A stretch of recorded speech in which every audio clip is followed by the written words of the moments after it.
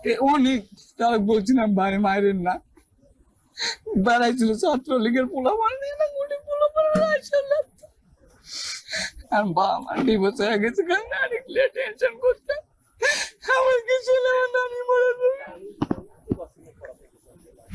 আপনাকে ওই তো সেই দিনই সম্ভবত 8-9টা থেকে 10টা হবে কারা পুলিশেরা আয়সা মন করেন লিয়ে গেছিল আপনার। আমরা তো খুব ভয় পেয়ে গেছিলাম, আমরা মনে করেছিলাম আমার ভাই মনে লিয়ে যায় মারাই ফেলে দেবে, সেই কাজ দেখলে ব্যঙ্গ করছে মানে মারাই ফেলে দিবে। আপনার কবিতাগুলোর কথা মনে আছে? হ্যাঁ কবিতা আপনি ওইটার জন্য আমরা অনেক কিন্তু ভয় পাইছি, আপনি ওদের সেই কাজ ব্যঙ্গ করলেন। আপনি তো আমার জেলখানার সঙ্গী। হ্যাঁ ওই দিনের যে ঘটনাগুলো আছে আর কি, হ্যাঁ ওই দিনের ঘটনাগুলো জেলখানায় কেমনে কেমনে কি হইলো না হইলো আপনি ওগুলো একটু বলতে পারবেন না?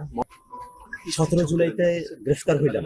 গ্রেফতার হওয়ার পরে জেলখানায় আমাদেরকে রাখলো, আমাদেরকে ফাঁসির আসামিদের যে কন্ডেম সেল, সেই কন্ডেম সেলে আমাদেরকে রাখছিল। একটা রুমে 5 জন। সেই কন্ডেম সেলে আমার রুমের অপোজিট যে রুম, সেই রুমে আমার এই ভাই ছিলেন। আমরা ওখানে দেখা সাক্ষাৎ হইতো, মাঝে মাঝে কথাবার্তা হইতো আর কি।